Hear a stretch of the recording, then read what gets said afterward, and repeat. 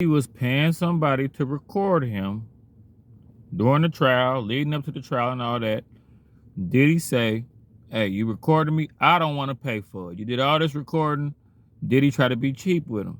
And they said, oh, okay. You want to do that? Well, we're going to sell the footage to the highest bidder because we ain't out here recording stuff for no reason. Roger Bonds actually came out to explain how Netflix got the footage. Apparently, Diddy records himself 24/7, and he was doing so during his case. Turns out Diddy did not want to pay the people that was recording him, obviously because he was found guilty, so they took the footage and they sold it to Netflix. Here's what his former security guard said.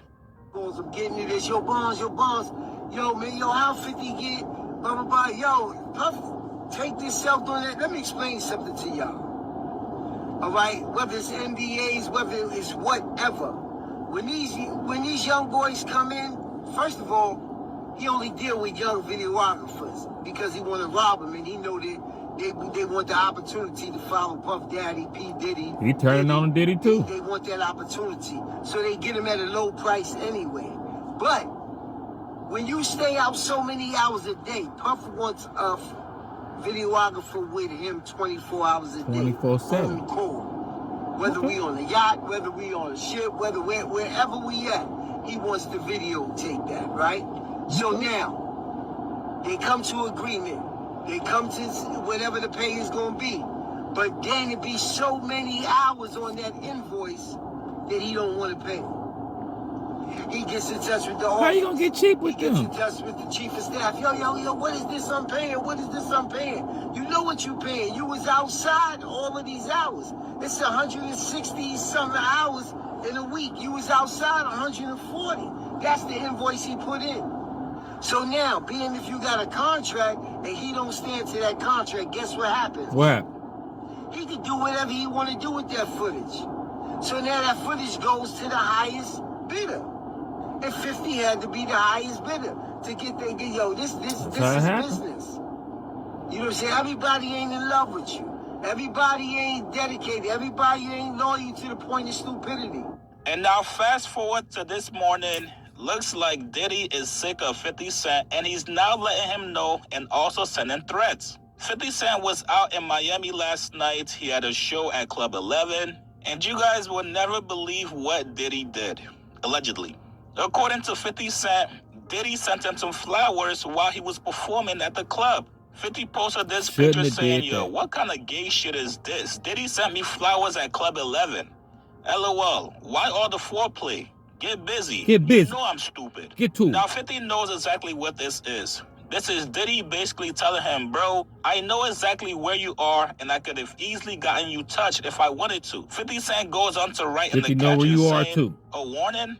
I'm 90s grimy, nigga. You don't warn me. Now, some people are saying that this flower arrangement actually looks like funeral flowers, which of course 50 Cent has to take as an obvious threat, which means security is going to be tighter for 50 Cent, and on top of that, the man is pissed off now. We all know what happens to people that seemingly pose threats to 50's life. Usually does not end well for them. And with Diddy in prison, who knows what kind of strings 50 Cent can possibly pull. Now, here's my thing. This is not really the smartest thing to do if you're Diddy. You gotta remember, while you're locked up, your family's out here. You wanna make sure your family, your kids, everybody can move around safely. So if you're making threats like this, and sending funeral warnings to somebody like 50 Cent, you gotta think about your family first. The last thing you want is to be locked up in prison and get a message that somebody has caused harm to your family. And I'm sorry, but this does not help your case at all. At all. People already think that you're evil, and now you're sending somebody funeral flowers from prison? Hey, dog, peace. Listen, Diddy, you done ran from a frying pan into the fire. 50 got time. Your kids is out here, man. You see 50 jumped on 50 and them 50 damn near was punching them too. 50 jumped on Rick Ross partner and beat him up the long time ago. 50 Cent is really, listen, I don't think people understand. 50 Cent got shot 9 times. 50 Cent had a reputation in the streets. You don't see too many people making documentaries. 50 Cent was a bitch out here. And people be like, yeah, 50 Cent was crazy. I ain't gonna lie.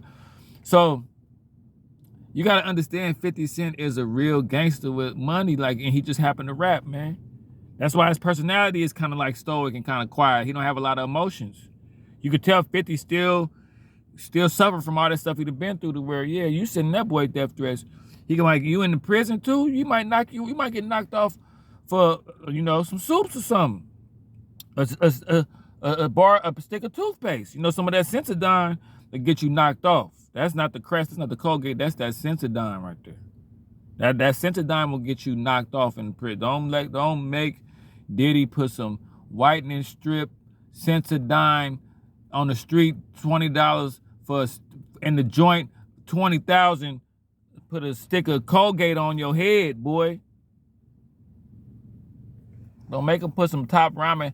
That top ramen that got that hot top ramen that you can get, that little hot top ramen, the bowl pop. Boy, you mess around, get 10 of them put on you in there, Diddy. Leave 50 alone out here, even though that is diabolical. What 50 doing is diabolical. I gotta admit, this is 50. You are petty.